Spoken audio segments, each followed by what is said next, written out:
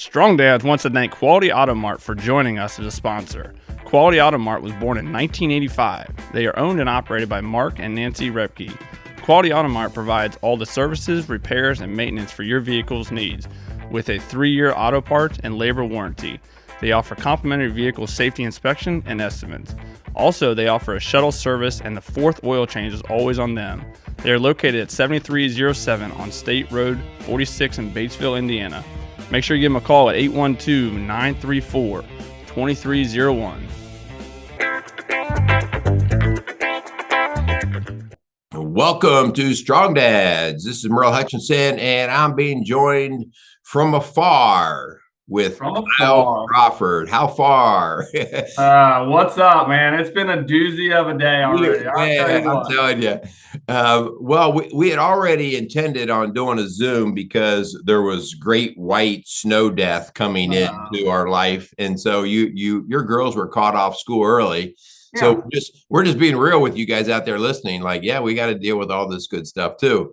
And so you're home. Merle, I'm a little frustrated. I think, calling off the day before, the white death, we don't even know if it's here, and they call off. Are we raising a soft generation? I'm fearful. And so, I hear you 100%, but I worked in the schools. Oh, well, that's true. So, yeah. So when we would wait to call things off the morning of, everybody would be pissed because they knew it was coming. And now I got to get plans to figure out my kids. And so the lose-lose. Yeah, it's a lose-lose. So we always do appreciate that they call it in the evening just because everybody can get their head straight. But I get you. I get you completely, especially on the rare occasion that they call it off the night before and the next day it's sunny and 70 degrees. Yep.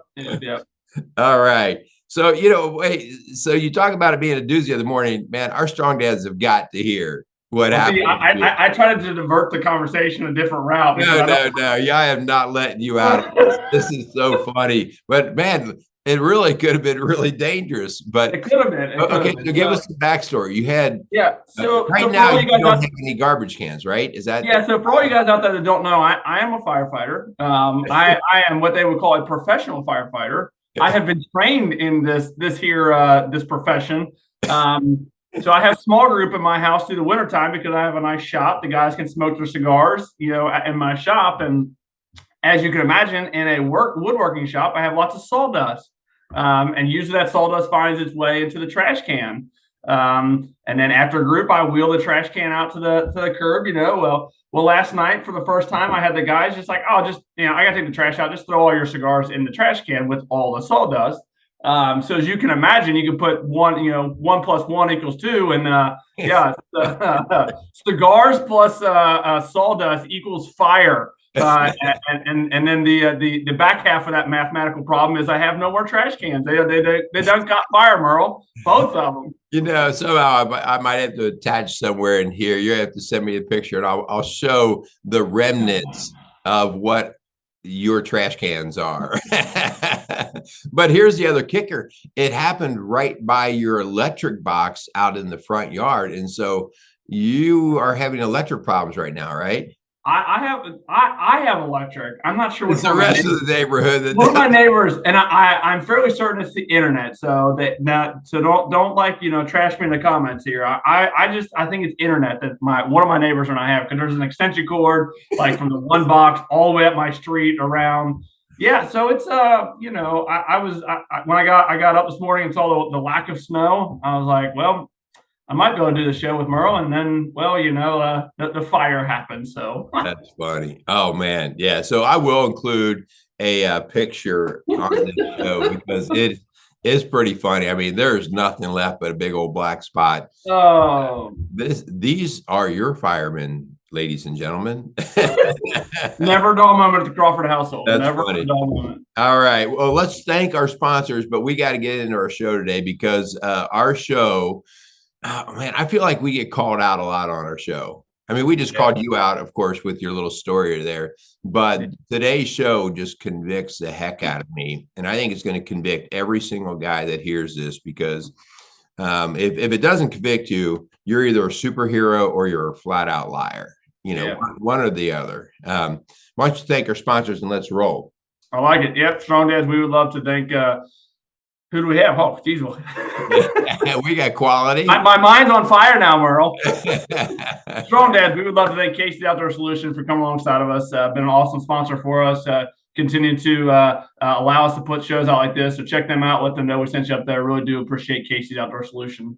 All right. We also want to thank Quality Auto Mart for sponsoring the Strong Dads podcast. So for all your automotive needs, whether it's fix and repair or even to make new purchases, especially in the golf cart arena. They are one of the largest golf cart dealers here in Southeast Indiana. And so we're pretty close right to Cincinnati.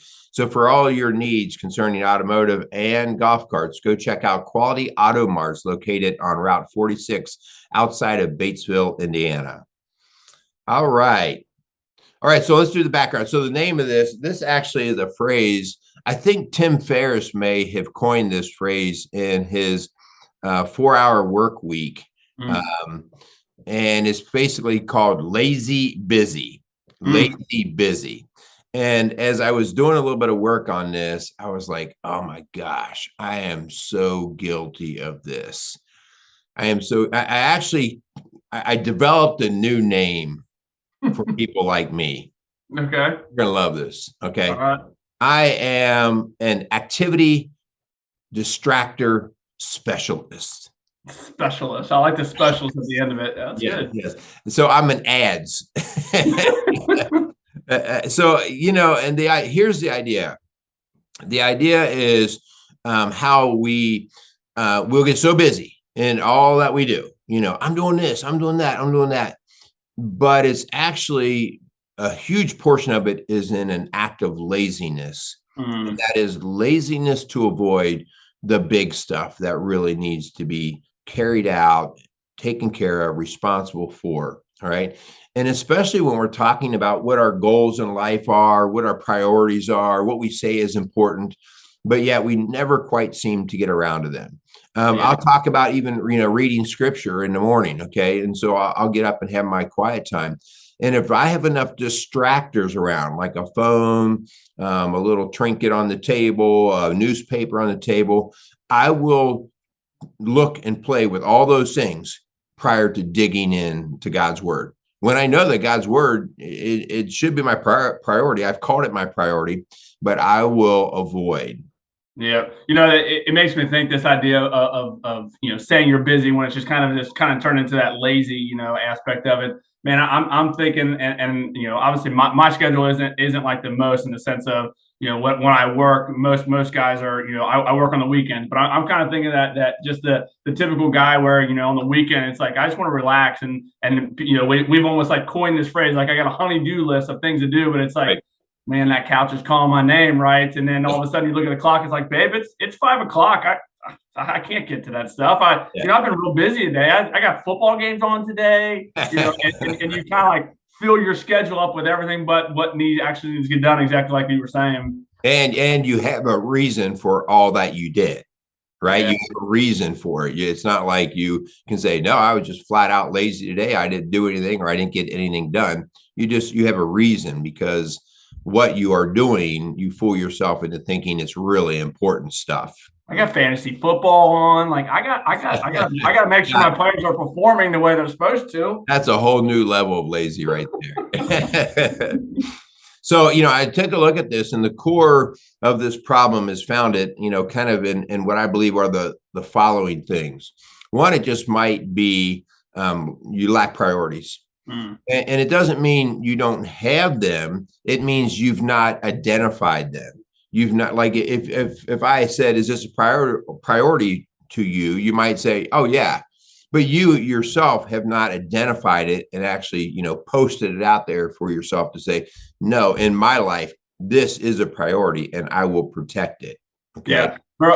As you're talking about that priority, I was thinking, a little bit ago, I had someone actually approached me about doing a woodworking job, and they obviously they didn't know they were doing this, but they made a mistake. When I said they, I mean I was the one to receive the mistake, as they basically said, I just need this done. I don't really have a time frame, right? And so all of a sudden, everything else got put in front of them, and all of a sudden I looked down. I'm like, I still haven't even started this project. And exactly to what you're saying is I didn't prioritize it. I had the project at hand that I knew I needed to get done, but I didn't prioritize in the sense I didn't give myself that deadline. I didn't say it has to be done at this time. So I think to what you're saying, just the lack of priorities, the lack of actually giving yourself like this has to get done in this time frame.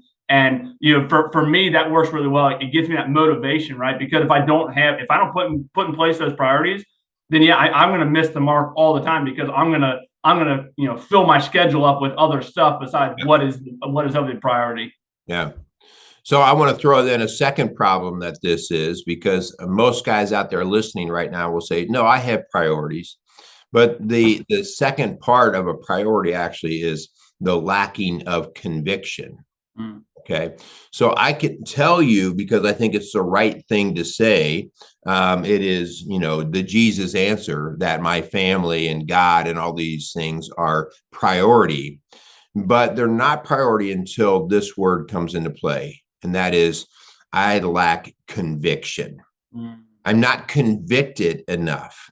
And conviction is not guilt, right? Guilt is self-imposed. Conviction is the idea that something is important. And it's important enough that I'm going to own it. Okay. I'm convicted, and that might create guilt. Like, man, I feel guilty when I don't do this. Okay. Yeah. So I lack conviction to my priorities. Yeah. So the idea of me now, okay, I need to name my priority, but then I need to make sure that I'm feeling convicted when I'm breaking the responsibility to the priority.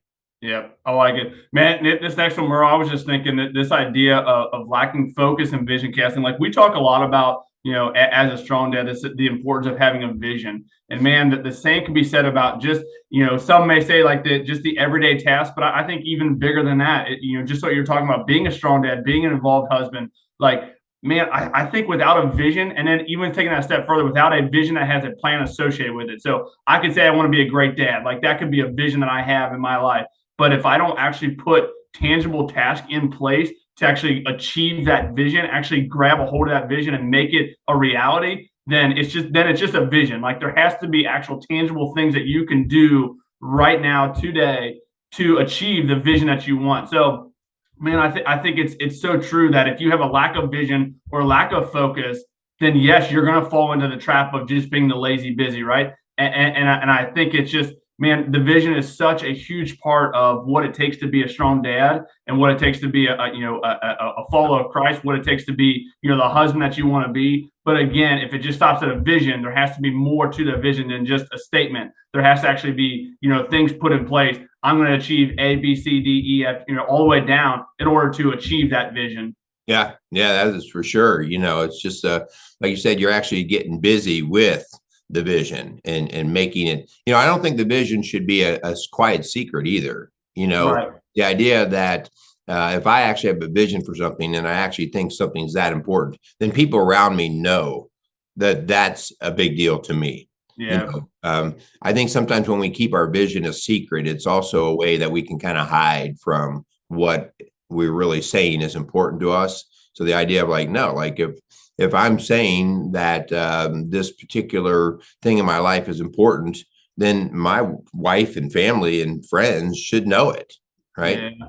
Well, just to piggyback off of that, Merle, a couple of days ago, Jenny and I were actually doing a devotional book that you and Linda gave us after our marriage and family coaching session. One of the things it talked about was putting absolutes in your marriage. These are absolutes. And I think absolutes can be seen as a vision for your marriage. And, they talked about how, not being in a room with someone of the opposite sex for a long period of time, obviously there are certain situations, whether it be a coworker or whatever, those are obviously, not going to bed mad at each other. These are absolutes that they talked about. And it was nice to like look at like, okay, what are the absolutes we have in our marriage? And, because again, if the bigger vision is, divorce is not an option for us. Like that's a vision that Jenny and I have, that we're committed to one another. Then I think putting absolutes in place, those are almost like you're part of the steps in order to achieve that vision. Yeah, that's good. Definitely. So here's one that I have to just be real honest on too. The next thing that contributes to the problem, and that is I'm just lazy. I'm just lazy. And I think actually that could be a pretty serious deal. Some people are just wired for energy, and some people are not. Like some people, they are almost sloth-like, and you're like, oh man. And so I think if you are lacking motivation in a large arena of your life and more consistently, okay, then this is actually something that I would encourage you to dig into. Do we have some medical issues going on? Do we have some lifestyle issues going on? Are we not eating well, exercising well? Are we not taking care of the engine? And that's why the motivation thing's just not quite there. So, obviously, if I don't feel good or I'm tired, I'm going to gravitate more frequently to that laziness. But if that's a big part of your picture, if you find yourself being lazy, or your wife is like, you're just kind of lazy, I think it's something that we have to look at. Yeah, man, so true. And I think this next part almost potentially could play a part into what you're talking about, this idea of being lazy. Man, I think this idea of seeing yourself as a victim and playing that victim card. This happened to me, or these are things out of my control, and you begin to kind of almost put like these justifications in your mind on why something didn't happen, and a lot of times it's just flat out their excuses, right? Right. And again, I think we all fall into this, myself included. This idea, sometimes it's easier to play the victim than it is to actually say, okay, I'm going to actually put my foot down, the line in the sand. I'm not getting into this, right? And you begin to kind of use the phrases of, this happened to me, and these are things that I can't control, and versus actually taking charge and saying, no, this is what I can do. I'm going to make sure it gets done. It happens, and because if not, then all of a sudden you look down and you're like, holy cow, an entire week went by and nothing got done that was supposed to get done because you're playing the victim card, and it's like that's almost a way you can justify in your mind. And then I don't know about you, Merle. Sometimes like when I justify things in my mind and then all of a sudden I speak them out, I'm like, yeah, that didn't land very well. Like I'm in the wrong big time here, right? And I think that's something because, man, in my mind, I'm like, no, I don't ever play the victim card. Like, why would I? No, heck no. And then all of a sudden you speak and you're like, yeah, that was bad. That was pretty bad. Yeah, this is really common. I mean, the idea, especially that if I'm so busy and I'm not getting things done, the idea here is who's actually in control. Well, I was so busy. I was running errands for you. I was doing this. I was doing that. And so really, I'm just the victim. Who's in charge of your schedule? Who's in charge of what you do with your time? And I think that's an important part. And as soon as I can just say I'm so busy because of everything that I have to do, now I've actually just claimed victim status. And and so now I'm seeking for somebody to feel sorry for me. Oh man, you're so busy. I couldn't do what you do. And that's a third line of BS. Yep. Man, this next one, Merle, this is probably one of the ones that I fall victim to, right? It's not my fault, right? Is this idea of being fearful of failure? Yeah. Man, I hate failing. I hate it so much, and I find myself kind of like trying to do everything to avoid the actual task at hand because I know that I'm not very good at it, and there is a chance that I might fail at it. And that's I don't want to say it scares me, but it's something that I'm a little bit more hesitant to jump into. If there's a task that needs to get done and it's like, man, I'm not quite sure if I'm going to be able to achieve that. I do find myself like taking that step back and like, well, I'll get to it later, right? I'll go after that later. But I think I don't know about you, Merle, man. I think this might just be a thing with guys because maybe there's obviously pride associated with that. This idea that like, I can't show weakness, I can't fail at something. So instead of attempting it and trying it, I'm just not going to do it at all. Yeah, Kyle, you know about my story of the deck that I was going to build on the back of the house, and you and I both talked. That deal was 2 years in the making. And I had a lot of good reasons that kept me from doing it. Lumber prices just went up. Oh, I can't find a contractor. That whole first year was the size of that project, right, overwhelming me.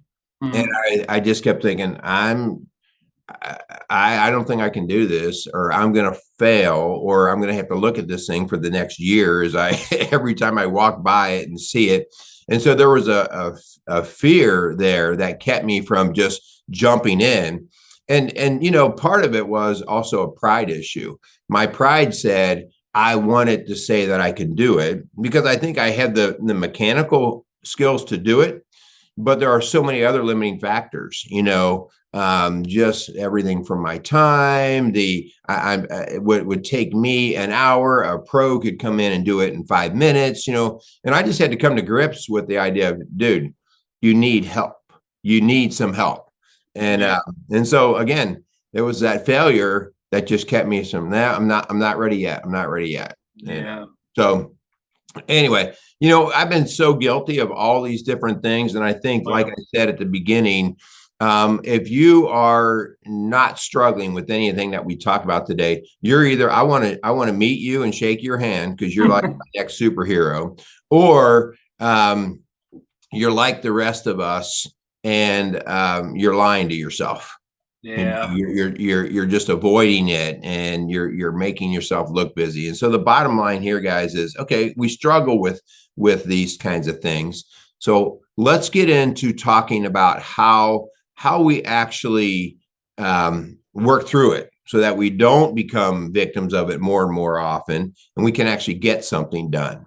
Yep. So yeah, I mean, as we kind of move towards that part of the show, man, I think it would be no different than if you were, and I'm sure anybody who has ever dealt with addiction or who has dealt with, something of sorts like this, man, the first thing you have to do, you have to come to grips with the fact that you are falling into one of the ones we were just talking about, this idea of lacking priorities, lacking conviction, lacking focus and vision casting. You're just flat out lazy. You're playing the victim card, or you're fearful of failure. I think coming to the grips with the fact that this is you, right? And similar to what you're saying, Merle, man, I don't know a guy out there that doesn't fall into one, if not all of these, right? So I think it's really important before moving towards, accomplishing something, and before moving towards the idea of not being the lazy busy and actually achieving what the task at hand. I think the first thing is you have to come to grips with the fact that you do fall into one of those, that you do have your shortfalls. You do, fall into this idea of being lazy busy. And I think that's one of the most important things, is actually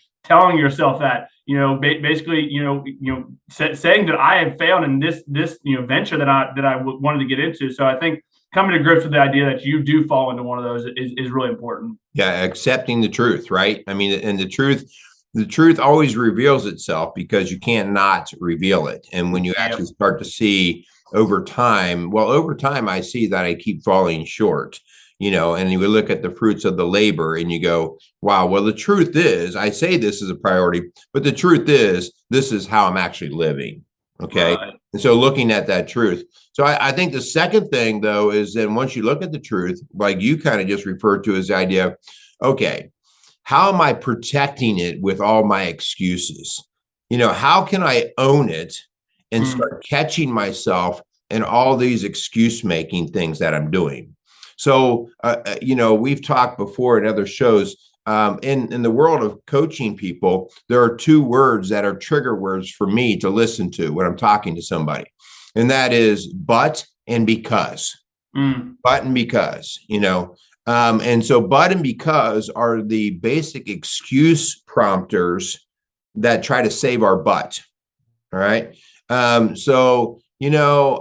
did this for you, and I know I probably should have not done it, but I did it because, all right. So now I'm just saving my face. Yeah. I'm trying to rationalize what I'm doing. And I have to catch that more and more. Wow, this stuff comes out of my mouth all the time. Yeah. You'll see your kids doing this. You'll see anybody do this that's always trying to protect their shortcoming rather than just say, yeah, I did this and I should have not done it. Yeah. So just let it hang right there. True. Yep, I like that, man. This next one, Merle, I think is huge. I'm a big guy. I like the idea. I'm really big on the idea of vision making. And again, just somewhere I was talking about, not just stopping at the vision, but then let's write down some things that we're going to be able to do to achieve or attain that vision.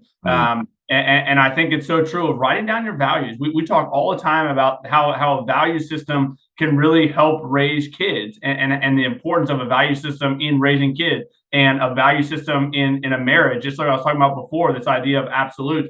Man, I just think this idea of actually writing it down, because if you don't write it down, or if you don't, I know Jenny's really big.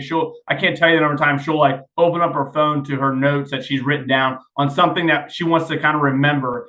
She always writes down things, this new year, I want to do these things, and these are how I'm going to achieve them. And man, I think if you don't have something like that, if you don't have almost like a personal accountability, if you just think it like, okay, I'm going to do this, man, I think there's so much more value in actually writing it down, making it concrete, just like you were saying, actually telling someone else, these are the things I want to do, to be able to hold yourself accountable. Because if you don't have something like that in place, then that just lazy day turns into 2 lazy days. And then all of a sudden now it's like a whole week that I've wasted away because of XYZ things that I put in place before the actual priorities that I wanted. So I just think it's so important to have something in concrete, have it spoken in, so that way you kind of almost speak it into existence. I wrote this down. This is the line in the sand. I'm going to make sure I achieve this. Yeah. I want to back you up just for a second, because there's 2 parts to this of really what we want to make sure we hit on. And I think oftentimes people will write down what they call their priorities, but before you even write priorities,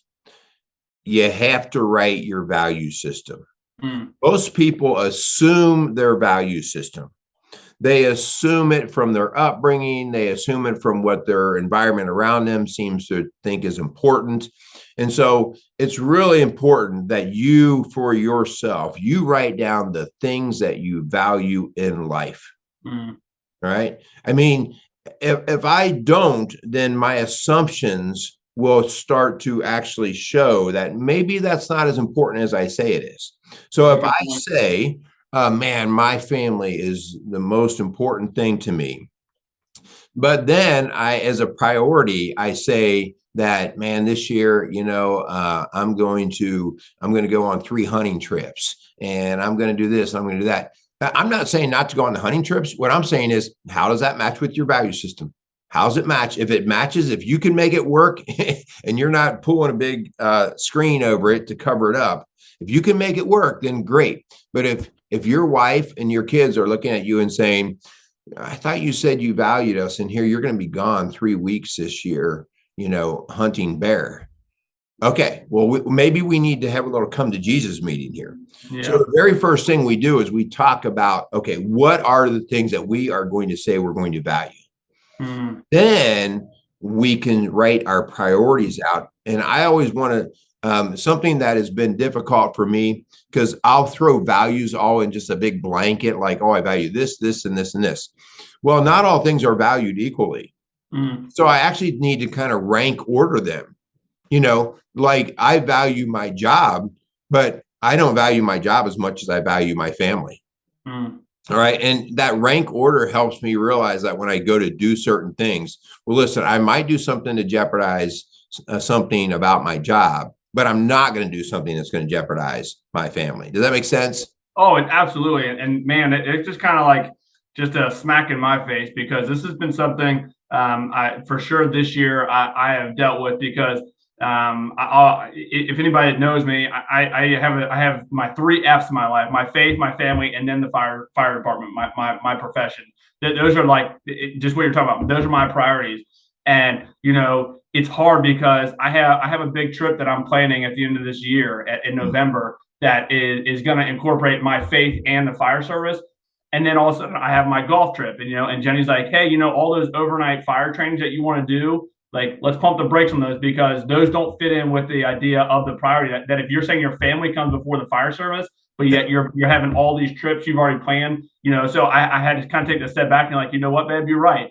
Like, okay, let this big trip that I have at the end of the year, like, that incorporates my faith as well as, the fire service, and then again, the golf trip. But besides that, everything else this year has to be focused on the family, and it has to be making sure that those priorities are put in that place, because if not, then they're just words, right? They mean nothing. That then my word as a husband and as a dad, my kids and my wife are going to begin to say, okay, those really aren't your priorities. And if you can continue to say them, but your actions are not showing that. Yeah. And I'm hearing you completely. And so you and I talked a little bit about like some of these trips. We're not to throw a wet blanket on people's funds and dreams and those kind of things. What we're trying to do is say, okay, before you get out over yourself, let's just see how this will impact the things that you say are valuable, that you really do want to build and spend time with. And then, we work the other things in. You talked about in a couple of shows ago, the idea of put the big rocks in first, right? We put the big rocks in the jar first, and then we fill it in with the small stuff versus I'm going to put the small stuff in and maybe the big stuff will fit in. So that's kind of that priority rank order sort of thing. Yep. I like it. Yeah. So, the next thing is for us to, I'm so guilty of this. I've described myself before as the jack of all trades and a master of none. And another way to describe that brain is an ADHD brain, where I have a hard time focusing on just one thing at a time. I will get excited and sort of dream, and I'll have 5 things on the plate at one time. And all of them are important. Just ask me, right? So in my mind, I've convinced myself that all of them are important. And so one way that we start to beat this back is to actually say one at a time, one at a time. And so this is part of that priority list. Like once we decide what we're going to do, right, then we bump it up and we protect it so that it is one at a time. We're only going to spend time on this until we get it to a certain point or we accomplish it or whatever. So we really identify that. That makes sense to you, Mr. Oh, yeah. And I was just gonna let you just keep going with it because this is big for me. This is something that I fail at constantly. It's like, all of a sudden I get inundated with things that have to get done. And man, if I don't, the old KISS, right? Keep it simple, stupid, right? If I don't do that, if I don't have the ability to take, pump the brakes a little bit and say, okay, what's the first thing that needs done? What's the time frame that it needs to get done? Okay, what's the second thing that gets done? What is its time frame? And kind of put things in order. And again, going back to that priority, making sure that our value systems also align with what you're doing. Because if I have 15 things that need to get done, but my value system says that my faith and my family are number 1, number 2 in my life, and all of a sudden, 30 other things get put in front of them. But I've done, step 1, step 2, step 3, and I've done that before. But I've also missed the idea of my priority systems. Then I'm going to miss the mark wholeheartedly. So I think there's so much to be said about just keeping it simple. Let's go after one thing at a time because my brain doesn't work very well. I'm not a very good multitasker to begin with, so I have to do one thing at a time in order for me to feel like I'm actually going and accomplishing something. Yeah. Okay. So that's the simple part. Now here's the more complicated part. And so here's how you actually do life in a bigger way. Okay. So when you think about a coach, so when I coached, you have all these kids that come in with multiple different skill levels, right? Yeah. And you also have kids that come in with skill deficits, and some of them are greater than others. But as a team, you have to prepare the entire team to get ready for the next meet or the match or the game, right? Yep. And so as a coach, what we'd have to do is we identified where we want to go, all right? So that's kind of like, okay, we do the vision casting, but then we would have to backtrack out, and you got to do every practice, all right? And so every practice, there's way too much to work on and get it all done in one practice. And so each day as a coach, when we designed out practices, we would say, okay, for the first 15 minutes of this practice, we're going to work on this skill. And that's the only skill we're working on. We're not doing anything else. It's this skill. We're all doing this. And you might have one kid on the team who does it really, really well. Okay. Yeah. And he's kind of like, really, I have to do this? And you have another kid who's like, it's the first time he's ever done it. Right. Okay. Well, remember, I'm looking for the entire season. So for today, we're all going to do this, and we've got 15 minutes on this. Okay. Mm-hmm. At the end of the 15 minutes, the kid who still isn't proficient, I'm not going to say, okay, guys, the whole practice is going to now be held up, and we're going to continue to work on this until little Joey over here figures it out. No. Right. No, I mean, life is a series of days. And so we're going to say, nope, okay, I had 15 minutes over. Now we're going on to the next task. And so we separate task. All right. I separate them so that, okay, now I'm working on this particular skill, and I'll do that for maybe the next 10 minutes.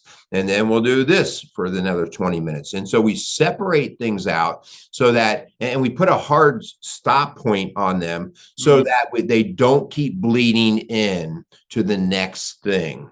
All right. And so before you know it, like if I have one kid that is stuck in one area, he's consumed the entire practice. And really everybody else ended up, getting suffering from that. So it's taking a little bit of forethought and saying, and I find this with projects all the time, Kyle, like if I'm working on a project and I'm getting stuck in something that I don't either get or I'm not skillful in it, I'll get all frustrated. And the next thing you know, after 2 hours, I'm coming up and I'm ready to hit my head with the hammer. And it's like, I just need to get away from it. I need to go on to something else and then come back with a fresh mind and hit it again the next day. Does that make sense? Oh, absolutely. There's a couple of guys I follow in the woodworking community. They say you should put a clock in your shop. Yeah. So that way you look up and, okay, I spent an hour sanding this board, right? Where if you basically only thought you were going to spend 10 minutes on it, all of a sudden, because if you don't have a clock, if you don't have something that's holding you accountable, right? If you don't actually have the line in the sand that says, I'm only going to spend this long. I know even like on our show notes, like we try and put things on here that basically say this is how long we want to kind of discuss and talk about something. And the same, in the midst of a practice, when I used to coach basketball, it's like, okay, for 20 minutes I want to work on this, and I actually put things on my practice notes to make sure that I'm basically holding myself accountable. So that way, all of a sudden, I don't look back and say, "Holy cow, we spent the entire practice on what little Johnny needed to work on." Just what you were saying. Right. Yeah. Yeah. So it just helps us keep moving, but yet working on multiple skills, but not getting it messy. All right. The last thing is the idea of, and you said it kind of just there with the idea of the clock. The corporate world has found this out. The corporate world in many areas have gone to like 40-hour work weeks, but we're going to do it in 4 days rather than 5. And one of the things that we start to realize is that people will be as busy as their schedule provides. And so if you all of a sudden tell a guy that, hey, you know what, if we can get this job done by noon today, I'll give you guys the afternoon off. Well, the next thing you know, these guys, what normally took an 8-hour job time to accomplish, these guys are focused and drilling it and knocking out. They're getting rid of all the slop. Okay.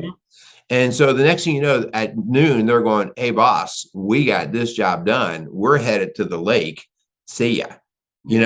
And so the idea here of, and it tells us like how much slop we can put into our day. We see this with like homeschooling. Homeschoolers will tell you on a regular basis that what a regular school does in 7 to 8 hours, they can do usually in 2 to 3 hours. Right.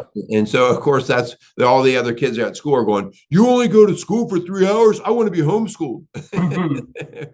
Because it is super focused, time on task.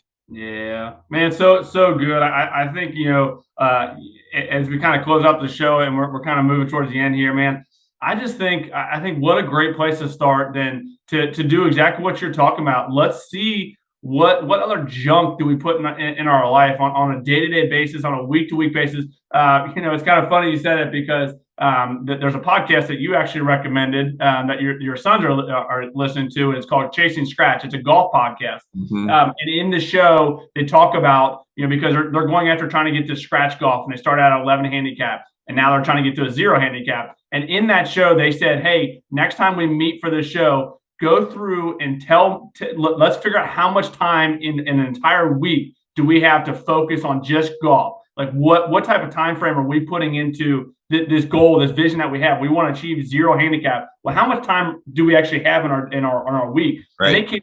They found 6 hours that they could commit to this in a week's time. 6 hours to obviously still make sure that they're the functioning dad, a functioning husband. They have work stuff that they have to get done. So this is obviously like the play category, right? But I think it's so true. I think we could all do this. How much time do you have in your day-to-day, in a week-to-week, to actually put forth accomplishing a goal that you are setting for yourself or a vision that you're setting for yourself, how much time do you actually have in your week to be able to accomplish that? Because if all of a sudden you look and it's like, I only have 2 hours, I would almost say, okay, double down that. Are you sure you only have 2 hours? Like how much that time is spent on this thing, right? How much time are you wasting looking on your phone, trying whatever, whatever you're filling up your time with, man. I just think what a great place to start, because again, if we go back to, one of the ways in which we can kind of get out of this mindset or out of this lazy busy thing is actually come to grips with the fact that you do fall into some of the traps that you kind of put in your own mind. So I think what a great place to start, and actually like going through your week time frame, your week schedule, and seeing where's all the junk at. Yeah. I mean, that's great stuff right there. So, all right. So the challenge of the week is obviously we went through and we gave some great places to start to clean up your lazy, busy schedule. But the challenge this week really is I need you to just identify one thing that's been hanging out and get it done. One thing this week, something that has just sat there on the shelf, been in the corner of the garage, just pull the stupid thing out and knock it out this week. I mean, the sense of accomplishment from a process or project that has been hanging over your head is one of the things that gives us the dopamine hit of, yes, I can do this. All right. And so I'm going to just challenge everybody out there, grab one thing, knock it out this week. I like it. I love it. Hey, I hope you guys got something out of this show. Thanks so much for Quality Auto Mart and Casey Outdoor Solutions for coming alongside of us. Really do appreciate them. Check them out. Continue to share our shows. Continue to listen and watch our shows. We really do appreciate you guys. If you guys got comments or you want us to try and tackle a topic, we're always looking for new things to talk about, that are meaningful to you guys. So if you have something, man, put in the comment section, reach out to Rockstyle Families. I know that they would love to come alongside you guys. If you guys are struggling with something, whether it be with your family, whether it be with your marriage, whatever that looks like with you, I know Rockstyle Families, Merle and Linda would love to come alongside of you and help you, tackle those tasks. So. All right. Sounds good. So we do also just appreciate all you listeners out there. Give us those 5-star ratings, as we've talked about many times. So you know what? Like I always feel like you have to do the closing. It's your time. Yeah, it's better. You go ahead, knock it out. Well, I'm looking out my window. I still have a big black patch in my grass. So I got to put that in there. Well, I go figure all that out. You guys go out there and be a strong dad. Casey's is a premier garden center and gift shop located in Lawrenceburg, Indiana. Casey's offers a wide selection of plants, landscaping materials, home and garden decor, and gifts for every occasion. Casey's is committed to providing exceptional service, a unique shopping experience, and value to every customer. Stop in and see what makes Casey's so unique. Located at 21481 State Line Road, Lawrenceburg, Indiana, or call 812-537-3800. Let Casey's help you add beauty to your home.